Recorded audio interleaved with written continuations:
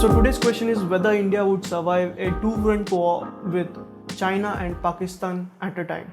Now we are not going into the stupid comparisons that we see on the news channels regularly. India के पास 100 nuclear bomb, Pakistan के पास 150 nuclear bomb. We are not going to do that.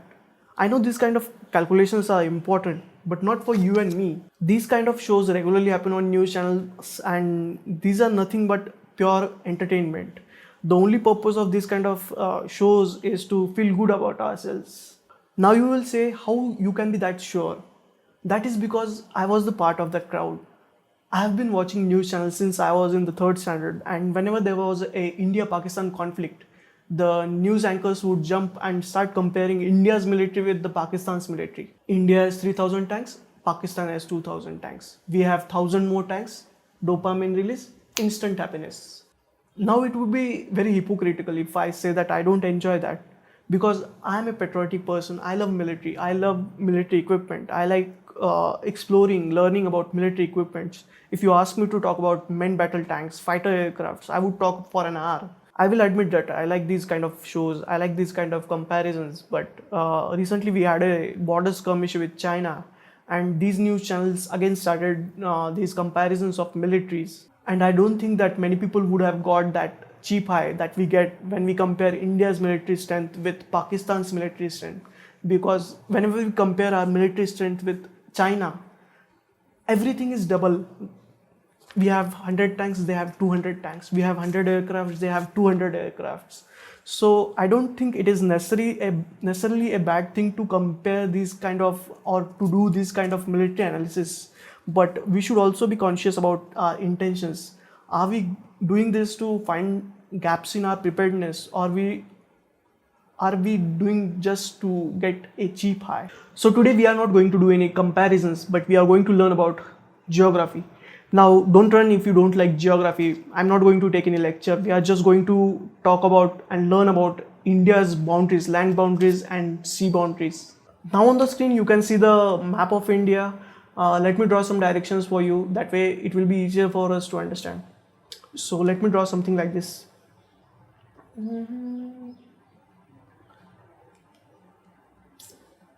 North, east, west and south. Now there are two types of boundaries. We have a land boundary. I'm drawing a rough boundary. We have this land boundary, and we have a second, which is water boundary, or you can say it as a maritime boundary. The first maritime boundary is with Sri Lanka. We have a maritime boundary with Sri Lanka. Second, we have a maritime boundary with Indonesia. Indonesia is down south here. Here we have the Union Territory of Andaman and Nicobar Islands, and again in the south we have Lakshadweeps. These form a maritime boundary with Mauritius. Here we have Mauritius Islands.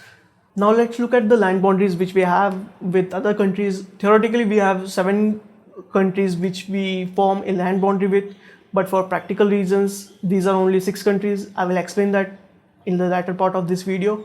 Let's look at the 7 countries. The first country is Pakistan, which lies west to India. It has a very big boundary with us. The states of Gujarat, Rajasthan, Punjab and Union Territory of Jammu and Kashmir forms a boundary with Pakistan. Now the second country is Afghanistan. We have a small boundary with Afghanistan here at this point. There is a small boundary with Afghanistan in the north. Then we have a boundary with China. Here we have a boundary. The first part of the boundary is in the northern part, and the second part of the boundary is in the northeast. And we also have a small boundary in here in the Sikkim.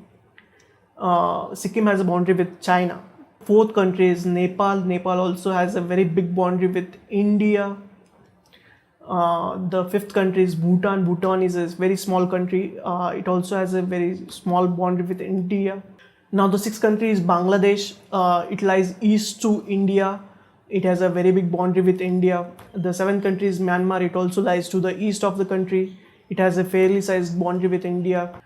Now let's look at the confusion that many people have, that whether we have boundaries with 7 countries or 6 countries. So let's focus on this part. I have zoomed into the northern part of India. Here you can see the Union Territory of Jammu and Kashmir and Leh Ladakh.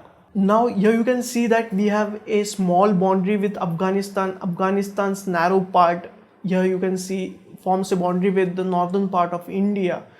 But actually we don't have an access to that part of India because in 1947 the war with Pakistan ended up Pakistan occupying this part of Kashmir now, which is called as POK, Pak occupied Kashmir. This part of India is in the control of Pakistan.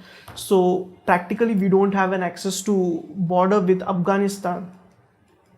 And this part of Ladakh, which is called Aksai Chin, which was occupied by China in the war of 1962.